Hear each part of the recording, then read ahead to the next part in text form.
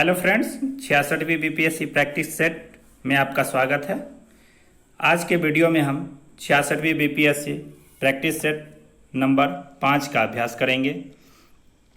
इससे पहले कि प्रैक्टिस सेट देखने के लिए आप आई बटन को प्रेस करके देख सकते हैं। यदि आप हमारे चैनल पर नए आए हैं तो वीडियो शुरू करने से पहले आप हमारे चैनल को सब्सक्राइब कर लें। आप हमारे टेलीग्राम चैनल से भी जुड़ सकते हैं। टेलीग्राम चैनल का नाम ये है। टेलीग्राम चैनल का लिंक वीडियो के डिस्क्रिप्शन में भी दिया हुआ है। तो आइए वीडियो शुरू करने से पहले आपको कुछ ज़रूरी अनाउंसमेंट दे दें। हमारे चैनल पर विभिन्न परीक्षाओं की तैयारी का शेड्यूल जारी कर दिया गया है। तो आइए पहले उसे देख लेते हैं। मॉर्निंग क्लास सुबह 5 बजे डेली करंट अफेयर्स की क्लासेज आती हैं। सुबह 5 बजे डेली करंट अफेयर्स। शाम 5 बजे डेली जीके क्यूज की क्लासेज होती हैं, जिसमें 15 से 20 सवाल एमसीक्यू टाइप कराए जाते हैं। सोमवार रात 9 बजे एसएससी, सीजीएल और सीएचएल की प्रैक्टिस सेट आएगी। मंगलवार रात 9 बजे 66वीं बीपीएससी प्रैक्टिस सेट आएगी। बुधवार रात 9 बजे बिहार दरोगा मेंस या पीटी प्रैक्टिस सेट। बृहस्पतिवार रेलवे एनटीपीसी या ग्रुप डी प्रैक्टिस सेट। शुक्रवार Bihar police forest guard practice set. शनिवार बिहार जीके, इसमें बीपीएससी बिहार एसएससी में पूछे जाने वाले प्रश्नों में बिहार से रिलेटेड प्रश्नों का अभ्यास किया जाएगा। ये आएगा शनिवार रात 9 बजे। और संडे को वीकली करंट अफेयर्स, जिसमें एक सप्ते का मोस्ट इम्पॉर्टेंट 50 से 60 प्रश्नों को देखा जाएगा। तो आइए शुरू करते हैं प्रैक्टिस सेट नंबर 5 का पहला सवाल। विश्व के कुल क्षेत्रफल का कितना प्रतिशत क्षेत्रफल भारत में स्थित है? तो विश्व के कुल क्षेत्रफल का भारत में है 2.42%। Option B. अगला प्रश्न, भारत में जनगणना की अवधि है। भारत में जनगणना कितने वर्ष पर कराई जाती है? बेसिकली ये सवाल है। तो इसका प्रश्न है ऑप्शन ए, प्रत्येक 10 वर्ष। पिछली जनगणना 2011 में कराई गई थी, अगली जनगणना 2021 में होगी। नेक्स्ट सवाल है, ये वही है। भारत की सबसे बड़ी जनजाति है। तो भारत की सबसे बड़ी जनजाति के बारे में पूछ रहा है इसके तहत, तो इसमें गोंड होगा ऑप्शन के तहत। विश्व की कुल जनसंख्या का कितना प्रतिशत जनसंख्या भारत में निवास करता है?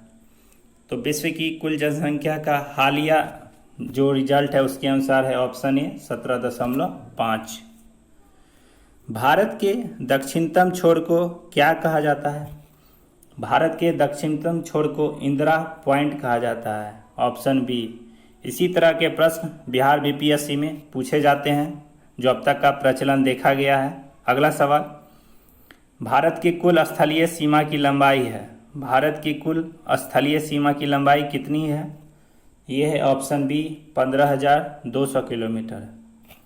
अगला सवाल, भारत की कुल समुद्र तटीय रेखा या सीमा की लंबाई कितनी है? तो समुद्र तटीय सीमा रेखा की लंबाई पूछा जा रहा है। तो इसका उत्तर होगा ऑप्शन ए 7516.5 किलोमीटर। अगला सवाल, भारत की मुख्य भूमि से लगे समुद्र तटीय रेखा सीमा की लंबाई कितनी है? तो मुख्य भूमि से लगे पूछ रहा है, इसलिए सवाल को अवश्य एक बार पढ़ के समझ लें तो जवाब दें। तो इसका जवाब है ऑप्शन सी 6100 किलोमीटर। ऐसे ही प्रश्न हमें परीक्षा में दिग्भ्रमित करते हैं, इसका हमें ध्यान रखना होगा। भारत की मानक समय 82.5 डिग्री पूर्वी देशांतर रेखा किसके मध्य से होकर गुजरती है? तो इस प्रश्न का सही जवाब है ऑप्शन डी मिर्जापुर। अगला सवाल, सूर्य की ऊर्जा का मुख्य स्रोत क्या है? सूर्य की ऊर्जा का मुख्य स्रोत नाभिकीय संलयन है। ऑप्शन बी सही जवाब। सूर्य के ऊर्जा का मुख्य संघटक क्या है? तो ऊर्जा का मुख्य संघटक है ऑप्शन ए हाइड्रोजन और हीलियम। भारत की जल क्षेत्र सीमा कहाँ तक फैली है? भारत की जल क्षेत्र सीमा कहाँ तक फैली है? यह फैली है ऑप्शन बी 12 समुद्री मील, 12 समुद्री मील। कर्क रेखा भारत के कितने राज्यों से होकर गुजरती है? कर्क रेखा भारत के 8 राज्यों से होकर गुजरती है। यदि इन 8 राज्यों की बात की जाए तो इसमें है गुजरात, राजस्थान, मध्य प्रदेश, छत्तीसगढ़, झारखंड, पश्चिम बंगाल, त्रिपुरा और मिजोरम से होकर गुजरती है। अगला प्रश्न, साढ़े 82 डिग्री पूर्वी देशांतर रेखा, तो ये था, हाँ यह सूर्य का दीप्तिमान सतह क्या कहलाता है? सूर्य क्या दीप्तिमान सतह कहलाता है? प्रकाश मंडल, ऑप्शन बी। सबसे प्राचीन पर्वत किसे माना जाता है? तो सबसे प्राचीन पर्वतमाला है अरावली पर्वतमाला, ऑप्शन बी। निम्न में से कौन नवीन पर्वतमाला का उदाहरण है? तो नवीन पर्वतमाला का उदाहरण है ऑप्शन सी हिमालय। अगला सवाल, भारत के किस राज्य का प्राचीन नाम नेफा था? तो नेफा किस राज्य का नाम था? यह था अरुणाचल प्रदेश, ऑप्शन डी। अगला सवाल, भारत की प्रथम नियमित जनगणना 1881 ईस्वी में किस गवर्नर जनरल के काल में हुई थी? तो उस समय ये 1881 होगा, 1881, 1818 लिखा गया है। तो ये किसके काल में हुई थी? Option D Lord Ripon. पृथ्वी के सबसे निकट स्थित ग्रह है, पृथ्वी के, सवाल समझिए, पृथ्वी के सबसे निकट पूछ रहा है, सूर्य के नहीं, तो ये है ऑप्शन डी शुक्र।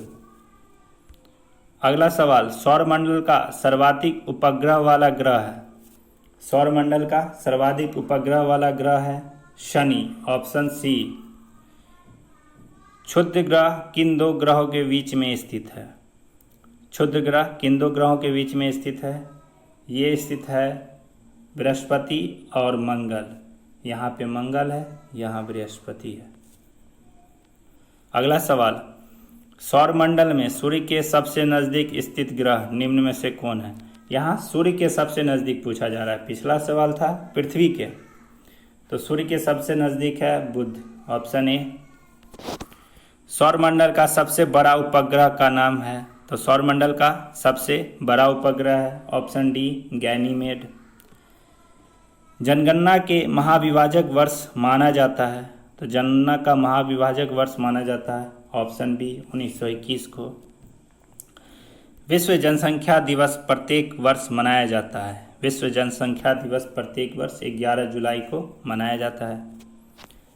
जनसंख्या के अध्ययन की शाखा को क्या कहते हैं? शाखा क्या कहलाती है बेसिकली? तो ये है option D demography.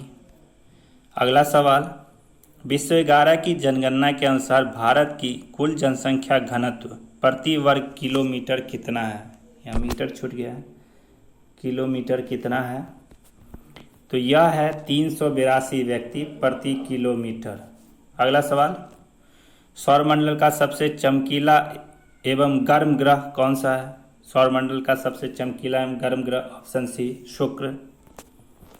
C of tranquillity कहाँ पर स्थित है? सी ऑफ ट्रैंक्विलिटी स्थित है चंद्रमा पर, ऑप्शन डी। तो इसी के साथ प्रैक्टिस सेट 5 समाप्त करता हूँ। दोस्तों, आपको वीडियो कैसा लगा हमें ज़रूर बताएं। अगर अच्छा लगा है तो वीडियो को लाइक ज़रूर करें। तब तक के लिए धन्यवाद।